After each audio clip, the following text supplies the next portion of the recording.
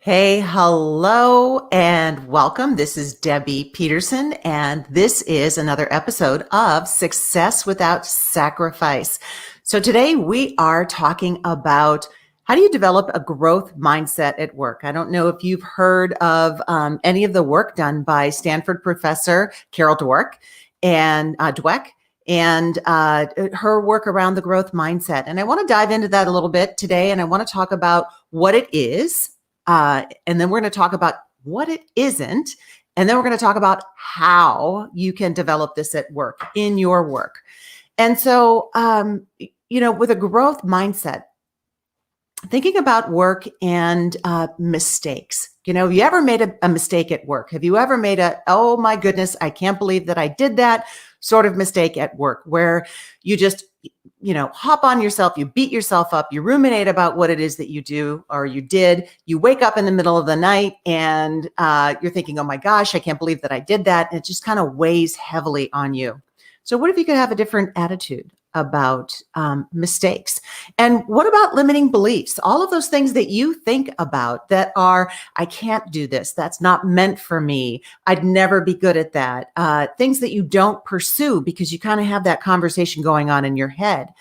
What if you could discover that those limiting beliefs were just lies that you told yourself and they don't necessarily need to hold you back? This is what happened to me at one point in my corporate career, being very stuck and frustrated, working in a very male-dominated industry and wanting to do more.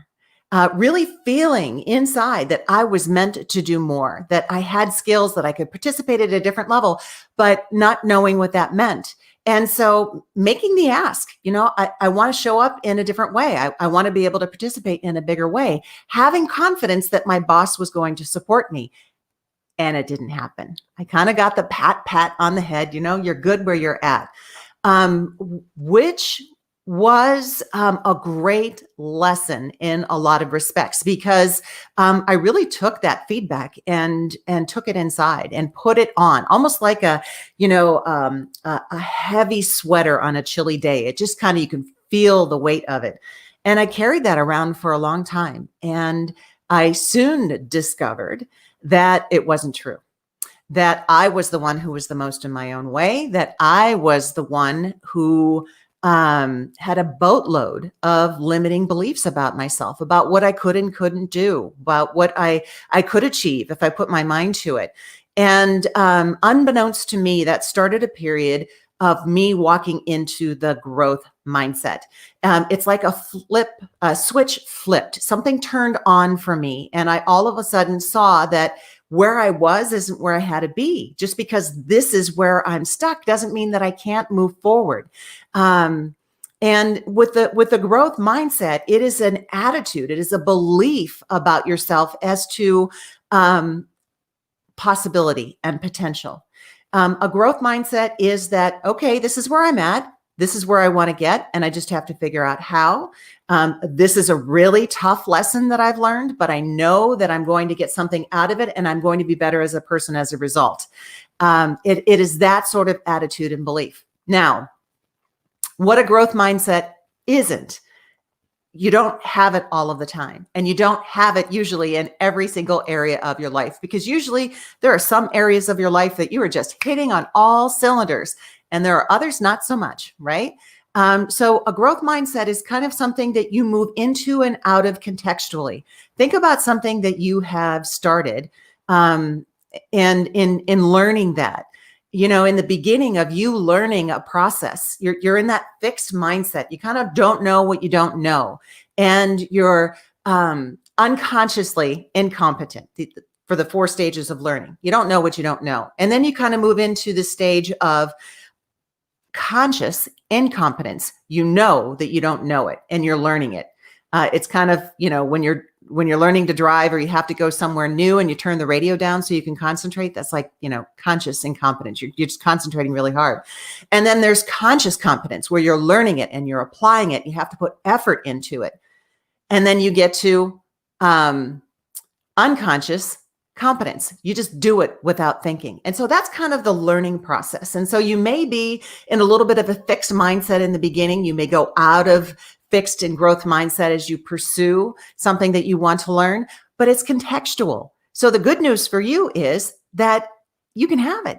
Anybody can have a growth mindset. And that means that whatever obstacles are getting in your way, whatever internal thinking is guiding you that really needs to just, take a vacation, take a hike, that dialogue can be changed and you can adopt this. So Carol Dweck put out the book, The Mindset is the name of the book, The New Psychology of Success. She did a lot of work around students, and she gets into ways that you can adopt the growth mindset at work. So having that vision of possibility and potential for you in the work that you do.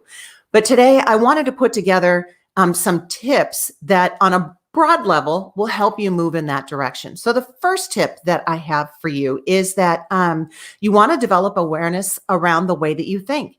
You want to catch yourself when you're thinking in a self-defeating way or a limiting way.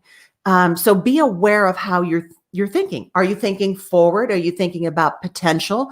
Or are you thinking, I can't do that. I wouldn't be good at that. That's not for me. Are you thinking in a way that's holding you back? So very first step, very first strategy is develop an awareness around how you think. Nothing can change if you're not aware of it. Okay. So that's always first. Number two, consider setting goals, not just about what you want to achieve. Consider setting goals about what it is that you want to learn. So having that attitude of always being willing to learn, having that attitude of constantly learning. So I serve on the board of Athena International, and one of our principles is to learn constantly. And so someone with a growth mindset has that attitude that they know that there's always more to learn, that just because this is the way it's always been done doesn't necessarily mean that this is the way it should be going for you forward. So what you've done in the past has got you to where you are today, but it's going to be different things that you do today that are going to take you into the future and your future goals. So having that, having goals around what it is that you want to learn, that's important. So that's number two. Number three is practice makes permanent. Really believing that it's not about perfection. So cutting ties with perfection, right? But that practice makes permanent. Think about, when you first started driving, it was just a very conscious process. You had to think about every single step, and you were probably nervous taking a big hunk of metal out on the road. I know I was when I taught my son to drive, but, practice makes permanent. The more you do something, the more you get proficient. The more you learn from something, the better you get. Oh my goodness. When I think back to the very first keynote that I did, I cringe, right? When I think back to the very first video I did, I cringe. So practice makes permanent.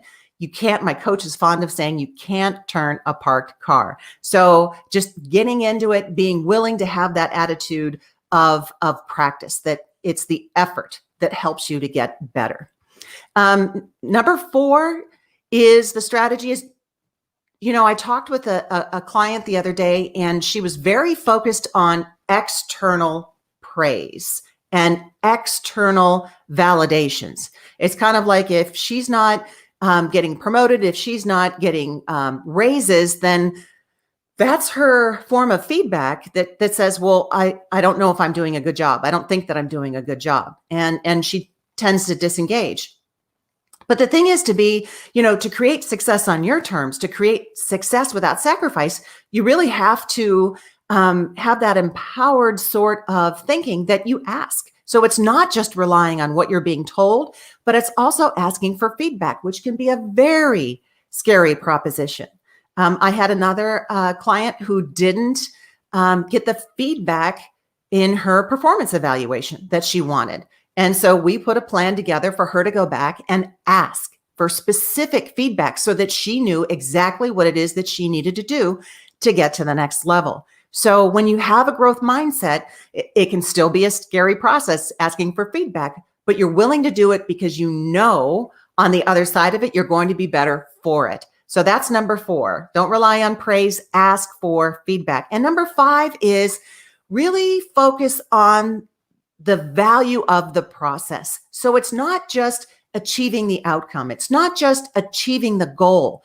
It is the whole process, right? It is everything that you put effort into, everything that you work towards. It's the whole process. It's success isn't a destination, it's a journey. And so when you are trying something new, when you are going for something bigger in your business or in your career, it is about the process of you mastering that, of you learning that, of you getting better, of you putting effort into something and seeing incremental results or maybe big results. But to not just focus on the outcome, to focus on the value that comes with the process or the journey as well. So those are my 5 tips for you around developing a growth mindset at work. So, number 1, develop an awareness of your thinking. Number 2, set goals about what you want to learn, not just what you want to achieve. Set goals around what you want to learn.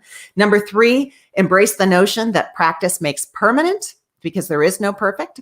Number 4, don't rely on external praise, but ask for feedback so that you're getting good information that you can grow and improve. And number 5 is focus on the value of the process, the effort that you put into something, not just what you achieve, because that is just as important and can be applied in so many other different ways. So if you enjoyed this, like, share. I'd love to hear what it is that you are currently working on in your business or career, what it is that you're trying to achieve this year, and what process you're going through that you will value. Share it in the comments. I would love to know.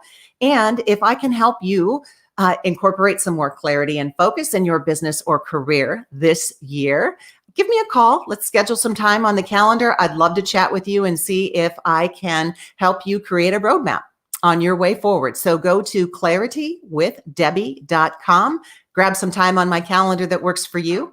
And until the next time, here is wishing you all the clarity that you deserve. Have a really great day, and bye-bye for now.